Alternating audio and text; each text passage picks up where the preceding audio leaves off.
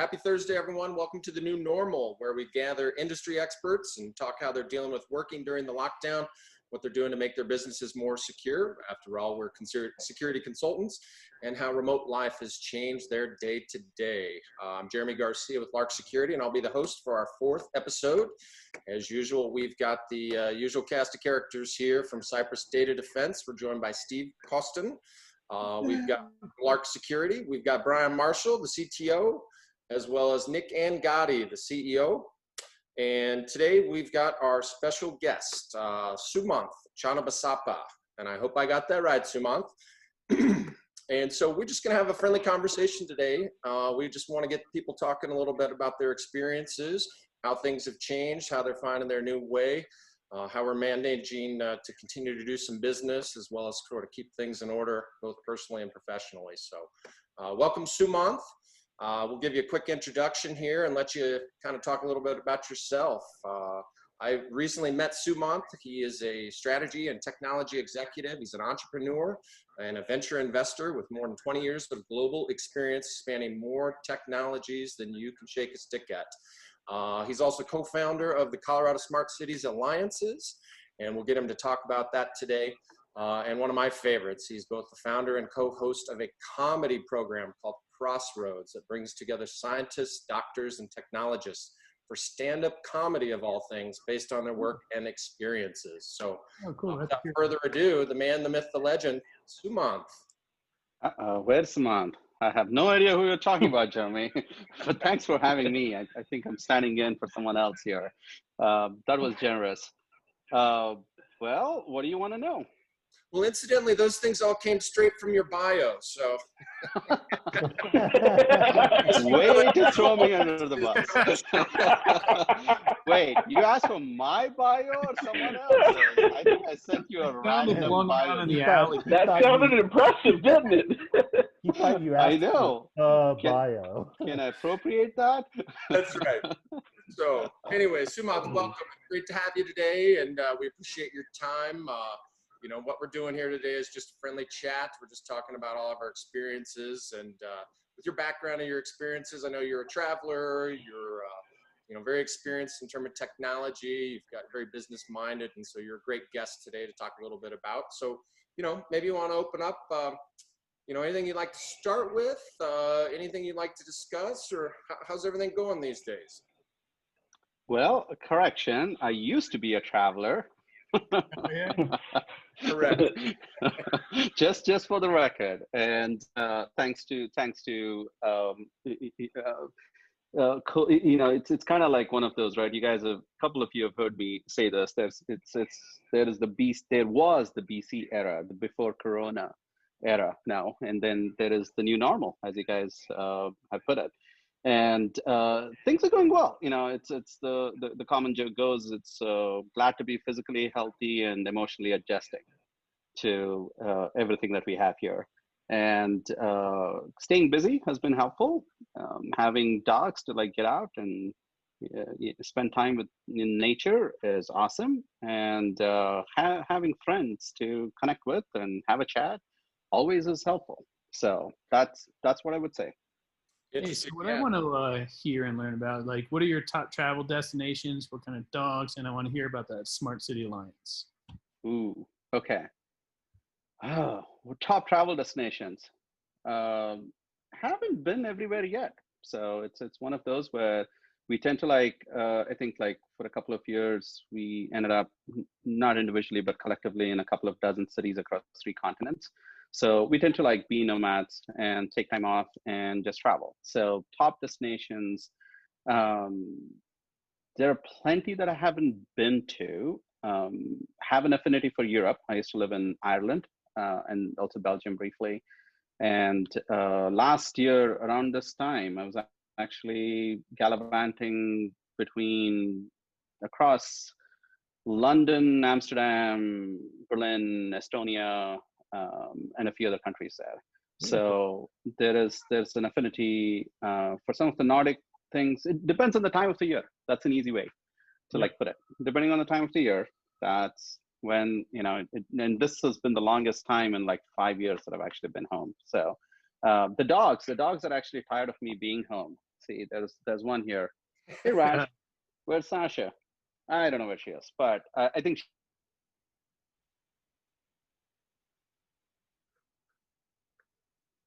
And you come back and they're all excited. Well, guess what? When you're always home, no one's excited.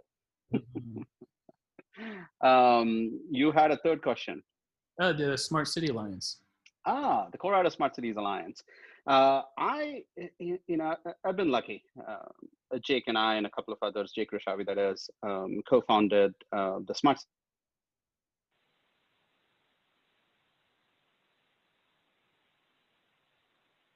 And Jake and John and Julia and others who are on the board and Eric are doing a great job. So that the Smart Cities Alliance essentially was a concept that we introduced at Denver Startup Week through one of our talks a few years ago now. We kind of came to some hypotheses that there were a lot of cities that were going off on their own to make things better for where we live, work, play, learn, and govern. And we thought collaboration actually beats going at it alone. And I'm also lazy. And I was like, why are you all solving these problems individually? Why can't we do it together? Turns out there were other like-minded people who had similar ideas. And, kind of on a dare, we said, why don't we actually introduce this concept in Colorado and see where it goes? And the Alliance was born. It's a public-private partnership. Its goal is to create public-private partnerships, but also be a neutral third space where cities, smart cities is a buzzword. So it's jurisdictions. It has 25 plus jurisdictions, covers a lot or most of Colorado now. It also has private companies, large companies to startups. There are like 16 or 17 now, as well as nonprofit, academic, and other institutions. And the goal is to have a way for all these different entities to come together, where the jurisdictions can talk about their primary challenges, and then the neutral third space is also therapeutic because they can share information, and it provides an opportunity for the private sector to come in and also have solutions, and they can work on creating public-private partnerships. So any questions on that? Tyler is an awesome person to know, and he brought on board Joanna as well. She's pretty cool, and there's a ton going on. In fact, I think there's a virtual civic lab coming up in a week. Have you seen any outcomes out of that you're most proud of? Well, just getting it's been, again, I had the easy job, right, as a co-founder, and for the record, if not for Jake Rishavi, it wouldn't have happened. He's the one who brought all the different leaders together.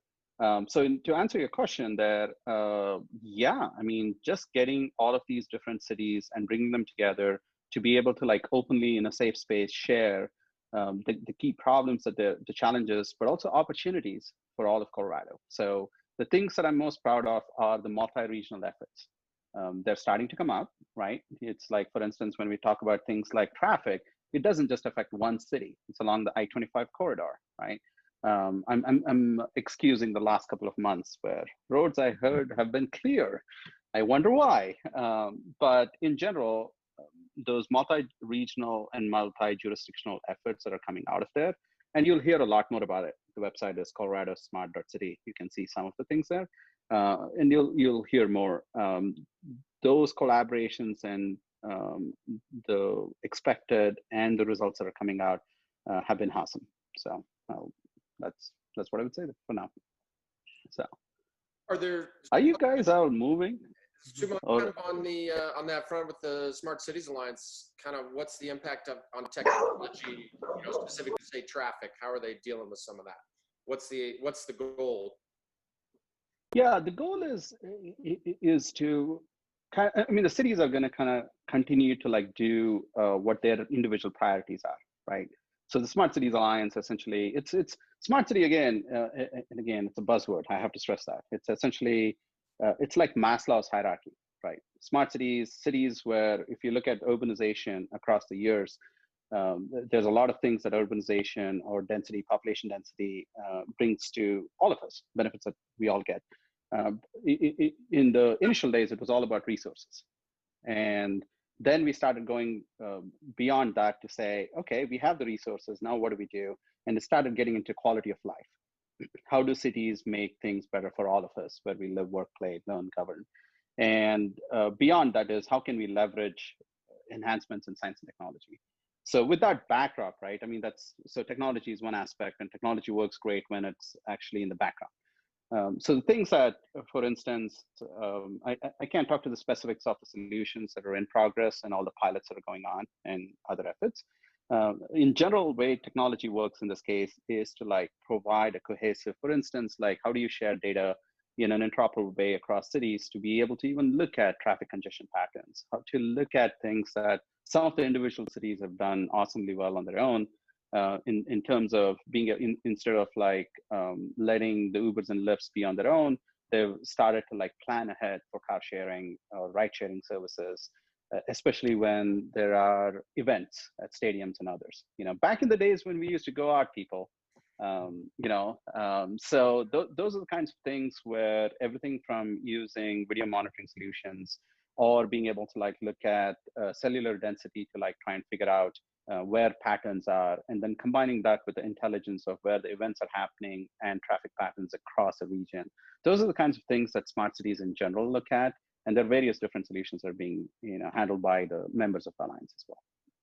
So that's all great stuff. It's good to see that the cities and that you're participating in that, sort of joining the different municipalities and communities just for the benefit of all across that. So that's great. Yeah, and again, Tyler and Joanna and Jake are like great resources. If you ever want to like go into the details of like what's going on there, happy to make introductions. And I encourage everyone to like go look at CoRiderSmart.city. There's the city leaders have been awesome. All the things that we have heard have been, they're very passionate in terms of like not only looking at their own priorities, but also the regional priorities, because collaboration is something that Colorado, as Coloradans, we thrive at.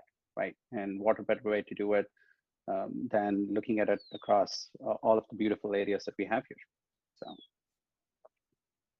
that's great. No, thanks for diving into that. So, a couple other things. Obviously, we're in the midst of a pandemic. Things are starting to move forward. I think people are trying to figure out kind of, again, the new normal, what we're all experiencing and, what's appropriate and how we should behave and be safe. So I know you're involved, and maybe there's some things we can't dive into, but I'd like to see if you can touch a little bit on your, role at the center. I know this is an ongoing effort, so, it's not fully developed, but what's the intent around some of that? And, in the current times, it seems very pertinent around, the healthcare professions and sort of how we're as a country sort of dealing with this from a healthcare perspective. There's a pandemic? Nobody told me. What's going on here, people? I just like to stay at home for 90 days myself. I just thought people didn't like me and I could be my own antisocial self. So on a serious note though, so thanks for bringing that up, Jeremy. So the gist of it is there's a public-private partnership involving the center in Nashville, the CDC, and the center's health system members.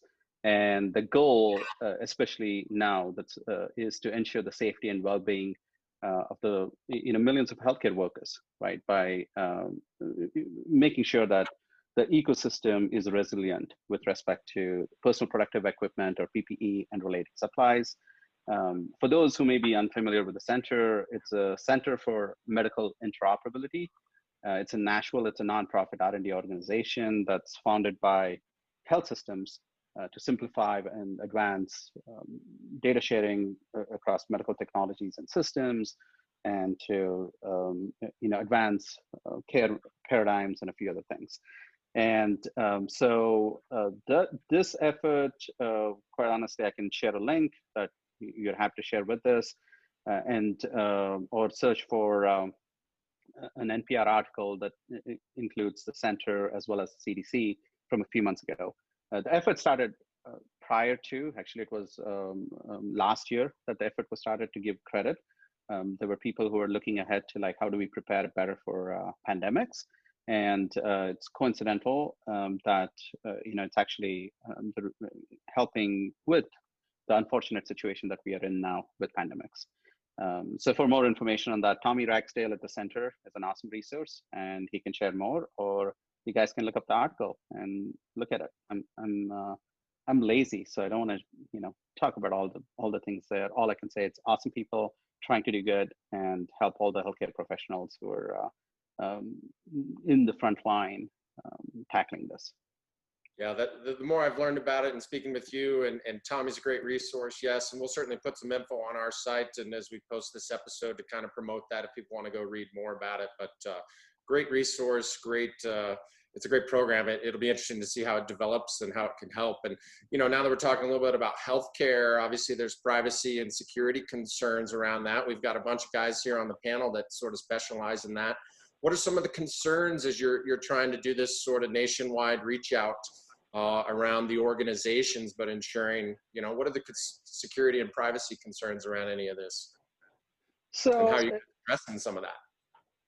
Oh yeah, so you know, okay, putting on my cybersecurity hat, right? It's I'll speak more broadly. It's as an investor who invests in with a VC fund that invests in cybersecurity products, as well as my own experience, past experience with the Internet Engineering Task Force, as well as a few other places where I've been the cybersecurity lead.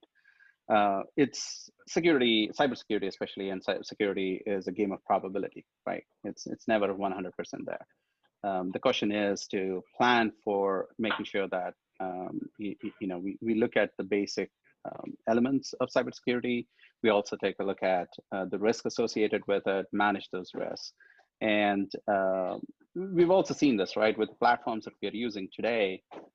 We have seen firsthand what happens when cybersecurity is an afterthought rather than built into products. So at a high level, I would say it's like I think it's becoming increasingly top of mind for anyone who is involved in anything related to data or technology to take a look at cybersecurity from day zero and bake that into it. And I think we've already seen the results of what happens when that's not there. Now, as you guys know, and I want to hear from others in the sense of like, there's security and there's privacy, right? They're two different things. Privacy, affects all of us in very different ways, and security is a tool that can help with that in one perspective. So what do you guys think? Why am I the only one talking here, people? I see many faces. I don't want to put you to sleep. I would rather be sleeping. Come on. We're captivated. Or, it's my accent. It's like none of this is making sense. So either way. Can one of you guys send me notes on what we're talking about? Subtitles on? Are you trying to like talk to your personal speaker of choice? Version later.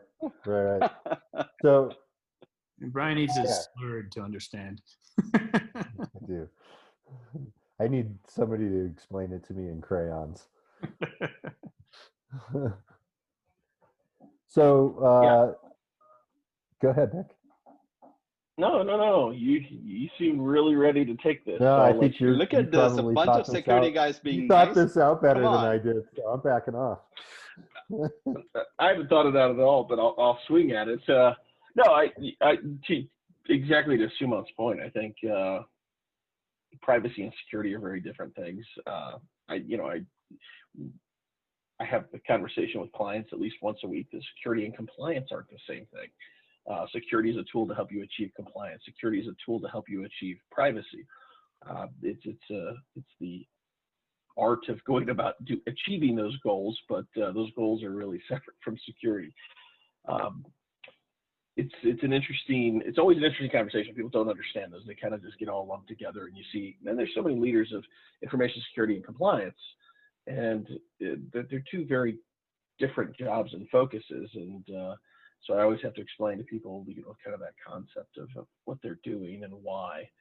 And it's been an interesting change over the last several months. Is that people have changed the entire way they go to work. I mean, it's some 40% of the workforce is now working remotely from home, and now they're doing, they were dependent on just going to work every day and having everything there. Now they brought all that stuff into their home. There's people joining webcams from home. There's people joining conference calls, and they're exchanging what data would have sat within the walls of a business before. Not that it necessarily made it more secure, but in a lot of especially compliance people's minds, it all sat within the four walls of the building that they occupy. Well, today, now those critical functions and that critical data, those critical pieces are sitting in people's homes all over the city, the state, the country, depending on the size of the organization.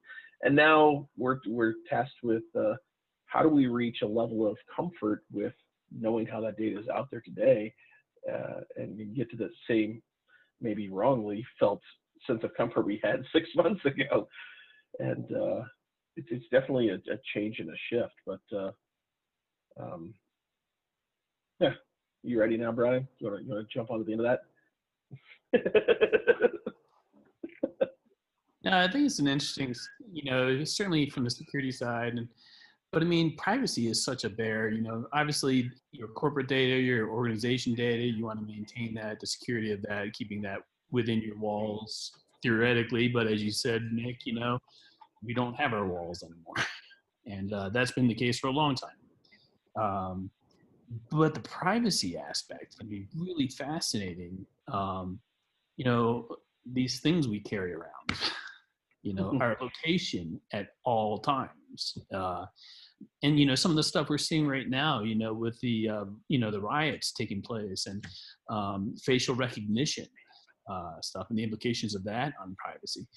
We just saw that AWS was not allowing the police forces to use their facial recognition software, and I think IBM and Microsoft also joined up, for another year, preventing them from having access to their facial recognition software.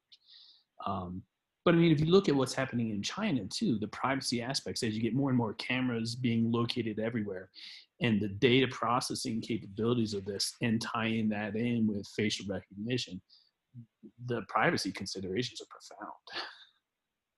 Yeah, I think we're in a Go ahead. really interesting time right now. Also, just with the, I think one of the most potent things the pandemic is really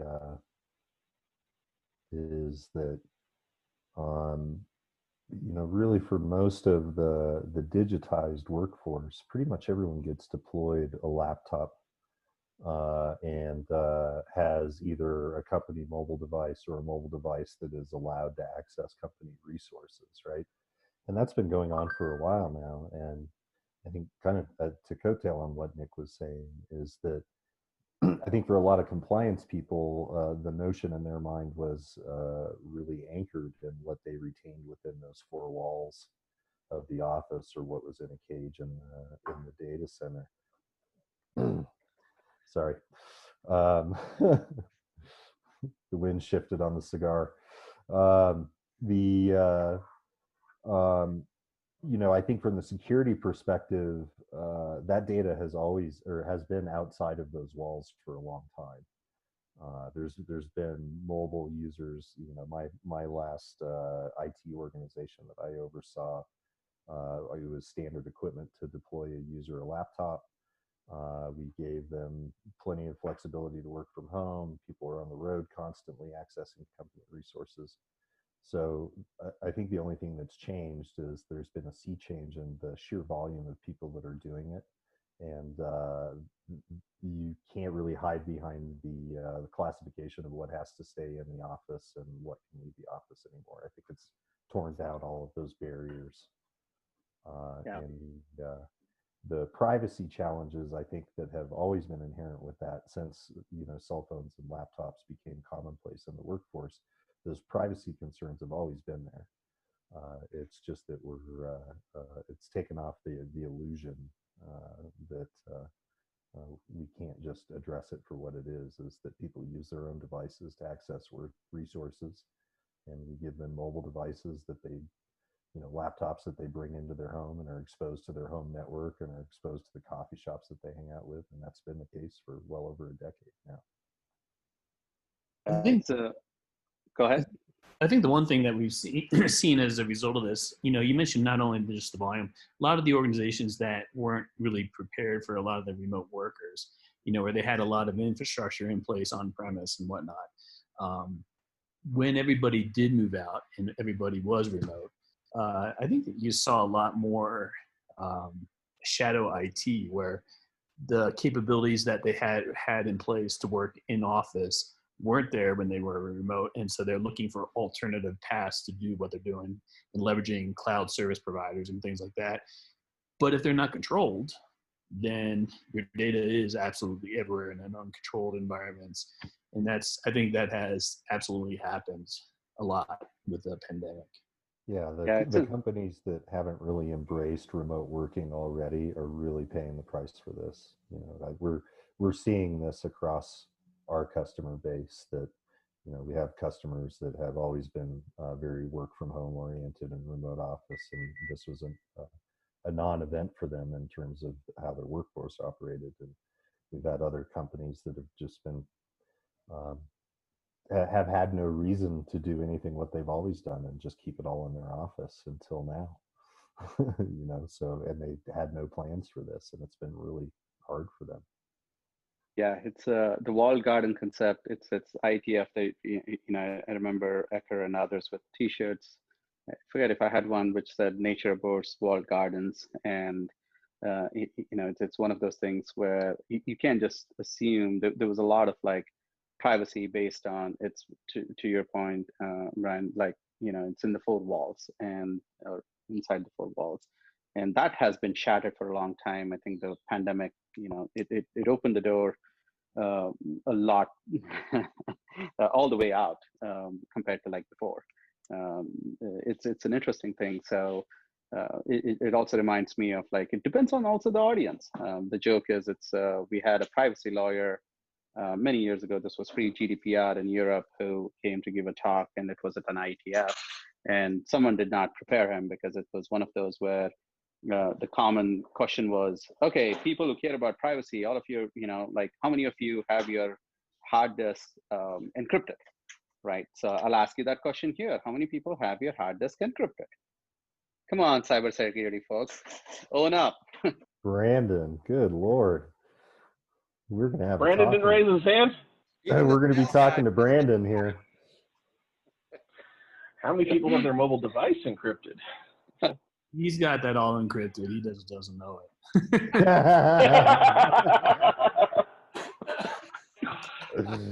That's what I like to hear. So guys, on that topic, I've talked to a lot of people that, everybody's remote.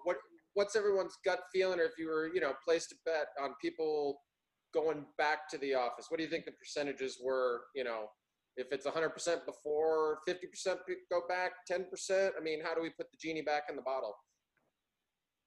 Or can it, right? Or should we? Yeah, that's maybe a better point. Sorry, commercial real estate. Yeah. About people who really thrive in office environments and people who do not, and people who need a blend of that.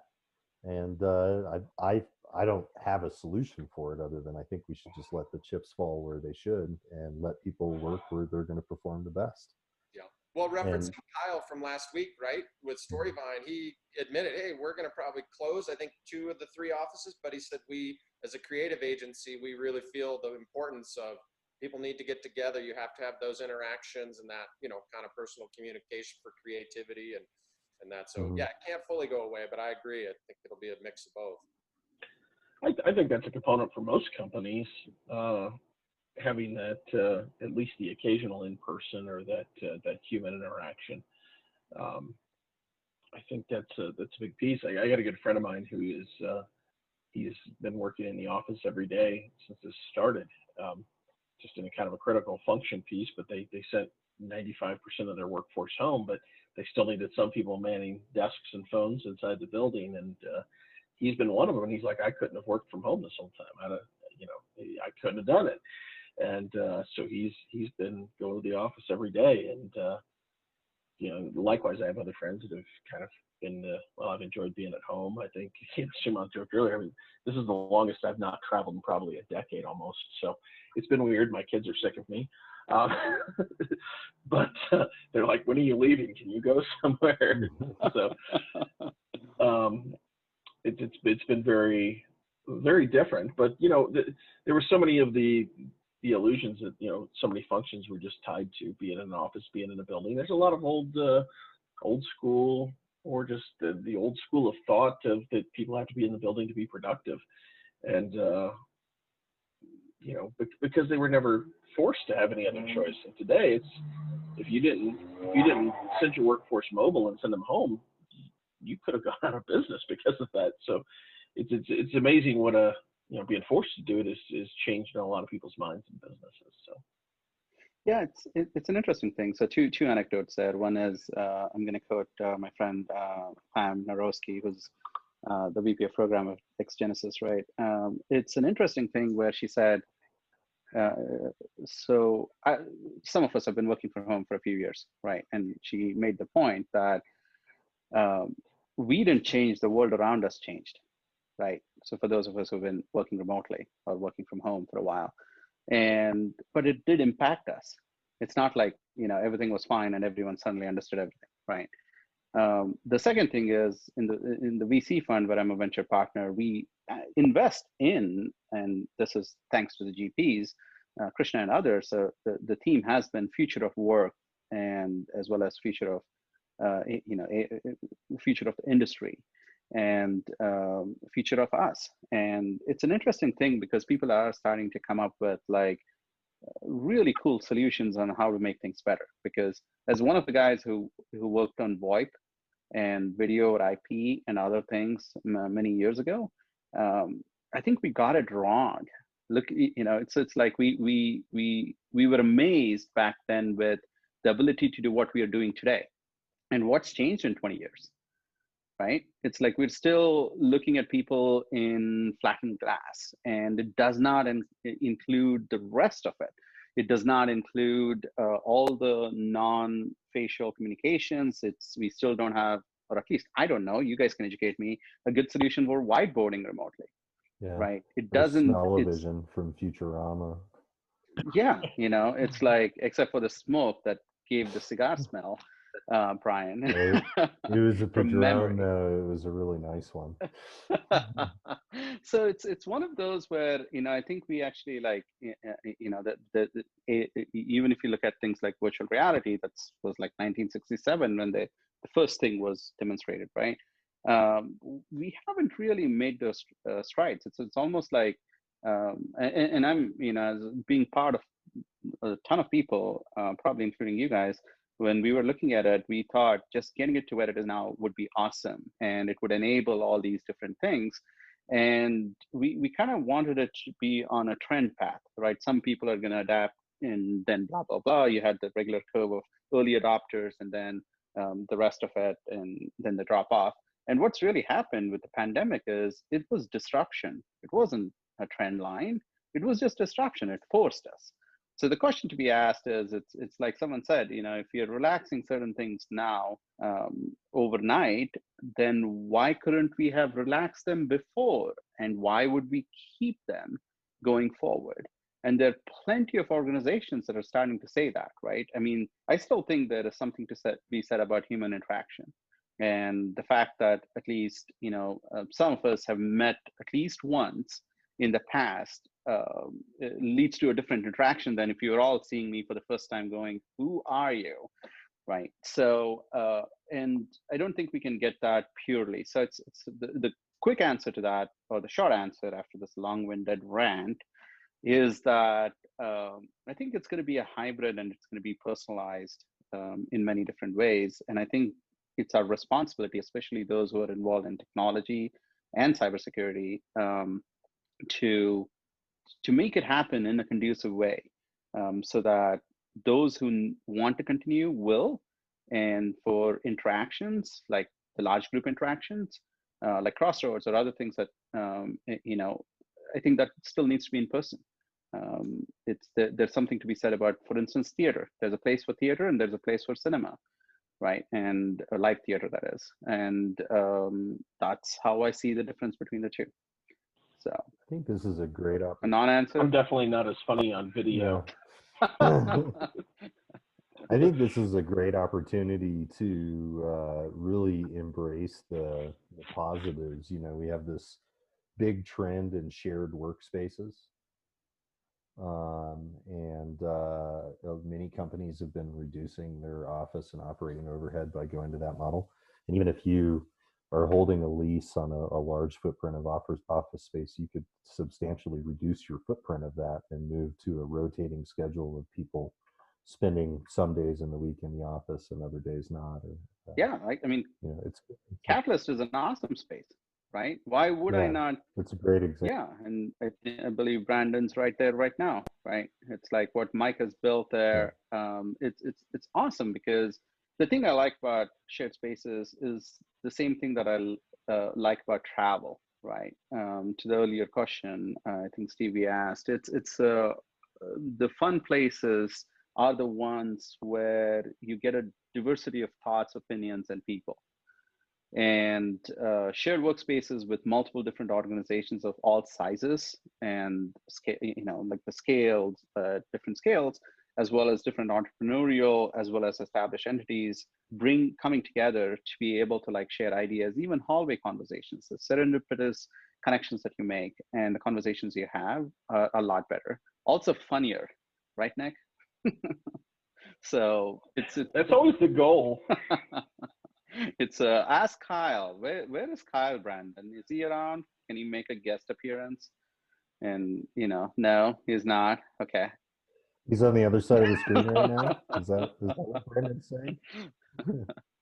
Oh man. So yeah, I mean, you know, there's a ton to be like, yeah, it'll be a brave new fun world.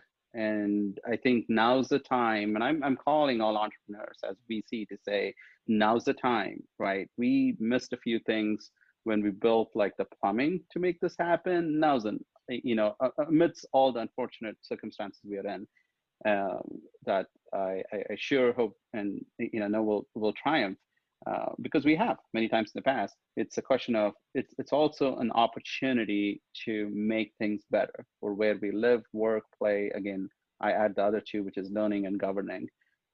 It's an you know, awesome opportunity. So you know, it's also a shameless plug to say, if you have a cool idea, come talk to me. We might be able to invest. So. Well, do you want to take a moment to tell us about that and what you're looking for? What am I looking for in general in life, or are you talking about Well, the VC fund? I mean, if you want to get that personal, sure, but I was thinking of the VC fund. You can use the time however you want. No. That's between my therapist and I. Unlike all you awesome people, I think my awesome therapist, she keeps things to herself. So we do not have the same confidentiality concerns. I know, and I don't have the legal or other things to like make sure that you do. So I presume you're asking about the venture fund. So the fund that I invest through and where I'm a venture partner is called 3 Lines, LINES. The website is 3lines.vc. And I'm an LP and also a venture partner, which simply put means I invest through it. I'm an LP, but as you guys know, as a venture partner, I help with the deal screening. So we talk to a lot of startups. I think we have, I want to clarify, this is the second fund coming out of 3 Lines. The second fund invests in C+ Series A, Series B companies. So revenue positive or on that trajectory. And we are focused on, as the general partners, Krishna and all put it, it's the future of future of work, the future of the industry, but also the future of us, you know, who are trying to make a difference here. And so they've been around, I would say, I forget if it's like 19 or 20 investments so far. And they've been in some really cool companies in cybersecurity, in AI, people who are trying to like take advantage of the future of work, Advisor to SOAR, to a bunch of other companies. And you know, we're essentially looking for those growth stage companies that are not only seeking capital, but the ability to partner with people who have done this before, who have gone through this, to bring in that expertise and the network so that they can scale faster, go through the hurdles faster, but most importantly, scale and make a dent. And has the pandemic changed the landscape at all of who's seeking you out for VC? Yes, it's I think like in the BC era, the before Corona era, right? I think we spoke to, I forget, 360 companies. Of course, we only invested in roughly 3 back then. And for a month, I would say for like 6 weeks, there was uncertainty, both in the VC side, because it's like, you know, funding and, you know, who has capital to invest now or not. and we were lucky to have the capital. And the other side was run rates changed completely, right? Because both runways and run rates change, because it's like now you're not getting customers as quickly as you thought. Deals were not being signed, or people were backing off in certain cases. And your runway went from like, I can raise money in 6 months, to crap, I may not even know for 9 months to a year as to what's going to happen. So the ones that planned that out well are the ones that are thriving. But it's coming back. We're starting to see some really quality startups, both here, but also across the nation, across the US, in the space. So I think entrepreneurs, as we all are very adaptable, and we're starting to come back with good strength. That's awesome. Or some of you have ventures. What's going on here? It's changed our customer base a little bit, and we've touched on this in previous episodes. We had people in industries that had, for all intents and purposes, just molasses poured over the whole operation. Everything slowed to a crawl. Everyone was reticent to make decisions until they kind of knew how all this was going to pan out, and then of course other people were poised and in good position that it really drove a lot of work. Obviously, we've seen lots of stuff on the medical side getting fast tracked, anything in support of lab operations or data sharing, and interoperability. As you touched on at the beginning, all of that's been surging and getting really busy, and obviously tons of businesses retooling and coming up with new things to do with their equipment or their expertise. Cool. So let me ask you guys a question. What do you miss the most from the BC era? Restaurants. I went and got dumplings from my favorite dumpling house today for the first time in 6 months, I think. So I was pretty happy. Did it taste the same as what you remembered? No, because I couldn't sit there in the restaurant and get it fresh out of the steam basket. The ambiance. And it's not the same when it sits in styrofoam for 30 minutes. You got to drive somewhere and eat it. Well, I'll chime in on that one because I managed to go out to dinner last night for the first time at Linger, and it was hopping, and it was very exciting. It felt amazing to actually be out, but it was weird that normalcy felt weird. But the one thing I picked up on quickly is just the mood out there.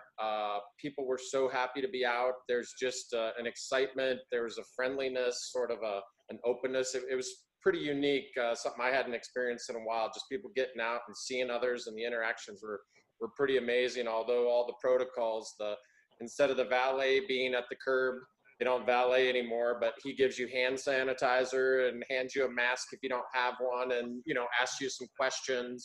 And then the bouncer sort of allows you to go to the hostess, and they confirm your reservation and things like that. So it was, pretty interesting in that regard, but it was amazing.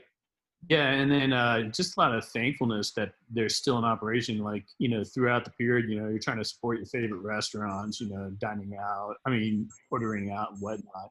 But, now eating in, actually going in there is kind of cool. And now it's like, okay, these waiters and waitresses who haven't had income for so long, now you're like piling on tips for them.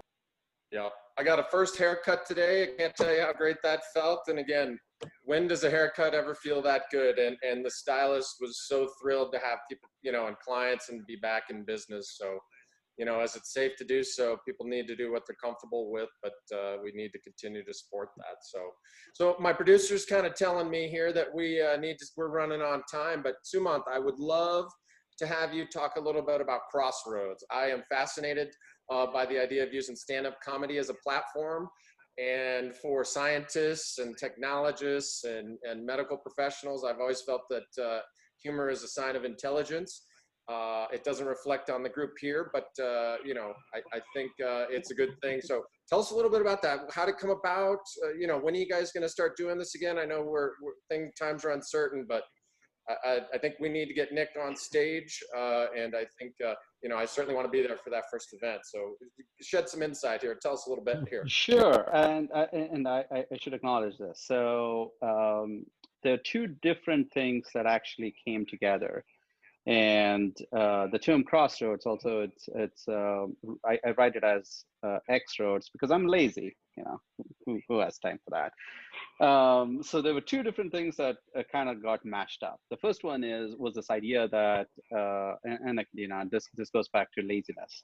That's how the genesis started, which is when I was traveling a lot. It's Alexis who was my admin, not to be confused with the X.AI person, which a lot of people did. That's a whole different story.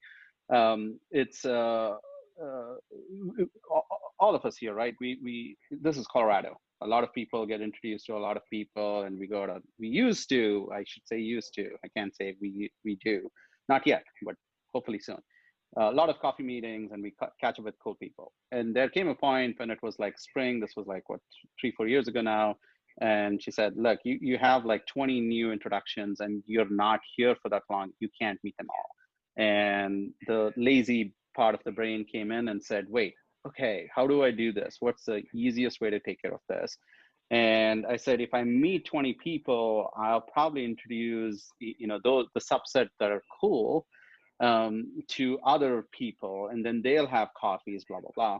So instead of doing that, why don't I just bring everyone together? So we actually went to, so the first time I did that, it was essentially to say, here are 20 people, look, none of us have time. Why don't we all just like get together at the same time?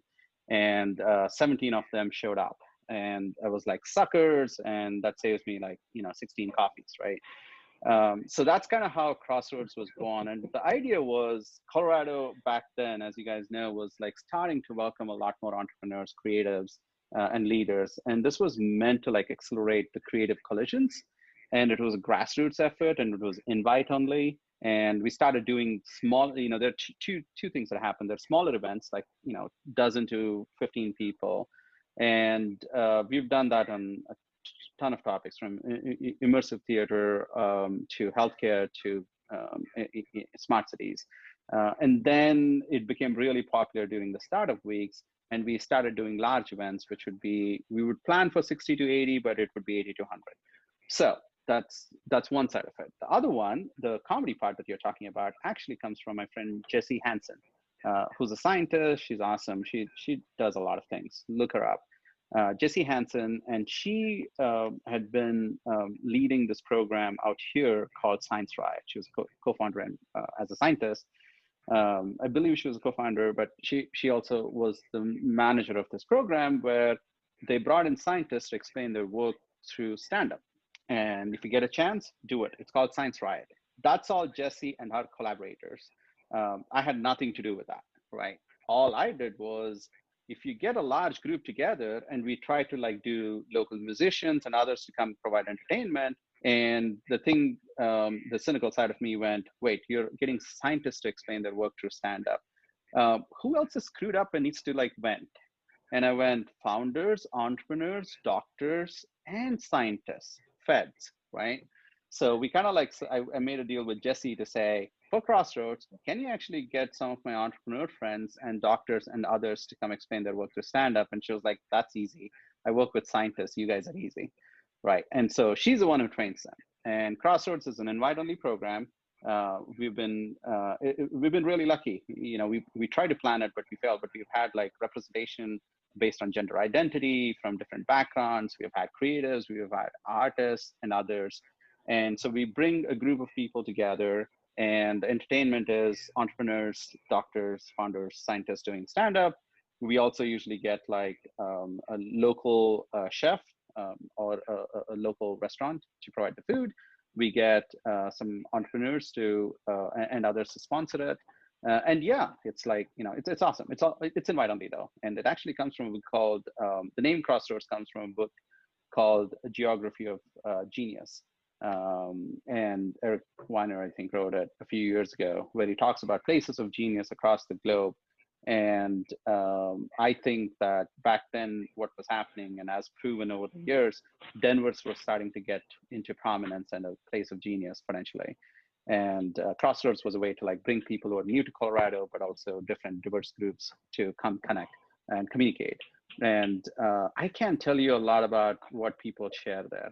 All I'll say is they're like really talented people who make a lot of dry entrepreneurial stuff really funny, and that's thanks to Jesse. So I don't want to take credit for that. I just founded it, let her and others do cool stuff. And so when do we plan to do it next? I don't know. We were supposed to have one right in the middle of April. So I don't know what happened there, people. It's like I woke up and now it's already what? Is it June? What is it today? Blur's Days in June. So that's what's happened. I don't know, but hopefully soon. Yeah, no, that's great. Thanks for touching on it. I've always loved that idea from the moment I heard about it. I think that's awesome. And, what a great way to bring people together aside from just sort of their work and research and their day-to-day to kind of get together and have some fun and fellowship and create the community. So well done, sir.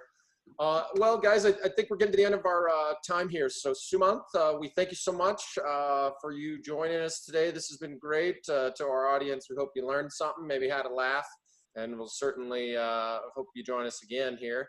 Anybody else signing comments? Oh, we're good. Thanks. Well, thanks everybody. Thank you, Sumanth, for coming out. Hey, thanks for having me. And for the record, I'm Vijay. Remember that. So if anything I said you didn't like, go contact Vijay. Brandon gets the editing task, so there you go. Change the subtitles and add subtitles, change my name, and you'll be good. Make sure you use the crayon font. And I have a good one. You stay healthy and safe. Yeah, thank you. Take care, guys. Thanks, everybody. All right. See you Bye. guys.